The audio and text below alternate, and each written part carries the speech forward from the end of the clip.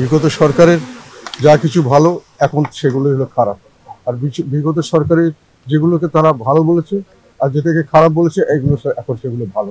এই বীর সৈনিকদের স্মরণে আজকের দিনটিকে যে শহীদ সেনা দিবস ঘোষণা করা হয়েছে, এটা আমি মনে করি সাধারণভাবে আমাদের সকলের অন্তরের দাবি পূরণ করা হয়েছে। থেকে যথাযথ মর্যাদায় প্রতি বছর এই দিনটি পালিত হবে, এটি আমাদের প্রত্যাশা।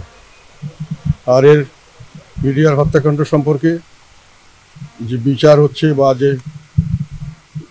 যে তদন্ত করা হয়েছিল, এগুলো বিষয়ে পরিবারের সদস্যবৃন্দের মধ্যে অনেক ধরনের ভুল বোঝাবুঝি, আস্থার অভাব লক্ষ্য করা গেছিল। বর্তমান সরকার আবার এটাকে পুনঃ তদন্ত করছেন। আমরা যেটা মনে করি, যে কোনো তদন্ত, যে কোনো বিচার কার্য করা উচিত সম্পূর্ণ নিরপেক্ষতার ভিত্তিতে। কাজেই বর্তমানে যেটা হচ্ছে সেখানেও আমরা আশা করব সম্পূর্ণ নিরপেক্ষভাবে, নিরপেক্ষ দৃষ্টিভঙ্গিতে যেন এই তদন্ত কার্য এবং পরবর্তী কার্যক্রম করা হয়। কেননা একটা জিনিস আমাদেরকে কিছুটা হলেও ব্যথিত করে, যখন আমরা দেখি যে বিগত সরকারের অনেক কিছুই খারাপ ছিল, কিন্তু এখন একটা নতুন ধরনের সংস্কৃতি চালু হয়েছে। বিগত সরকারের যা কিছু ভালো এখন সেগুলো হলো খারাপ, আর বিগত সরকারের যেগুলোকে তারা ভালো বলেছে আর যেটাকে খারাপ বলেছে এইগুলো এখন সেগুলো ভালো, এবং কোনো বিচার আচার ছাড়াই মোটামুটি একটা এই ফর্মুলা চলছে। বিগত সরকার যেটা হ্যাঁ বলেছেন এখন সেটাকে না বলতে হবে, বিগত সরকার যেটাকে না বলেছেন এখন সেটাকে হ্যাঁ বলতে হবে। এটাতে আমি মনে করি নিরপেক্ষতা ক্ষুণ্ণ হয়।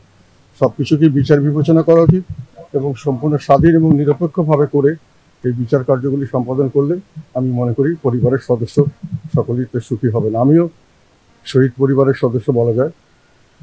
আমার ভাগনা, আমার বোনের মেয়ে ছেলে কুদরত ইলাহি রহমান শফিক কর্নেল ব্রিগেডিয়ার হওয়ার সময় ছিল, একেবারেই ব্রিগেডিয়ার হওয়ার কিছুদিন আগেই হঠাৎ করে এই ঘটনা ঘটাতে সে ইন্তেকাল করেছে।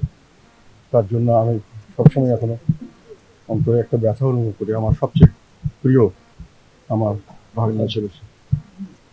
তো আপনারা সকলে দোয়া করবেন এবং যে পরিবারগুলি মনকষ্টে জীবনযাপন করছে তাদের যন্ত্রণা যত প্রশমিত হয়, সেই কাজগুলি আমরা জাতিগতভাবে সকলেই উদ্যোগ নিয়ে করব, এটি আমার প্রত্যাশা।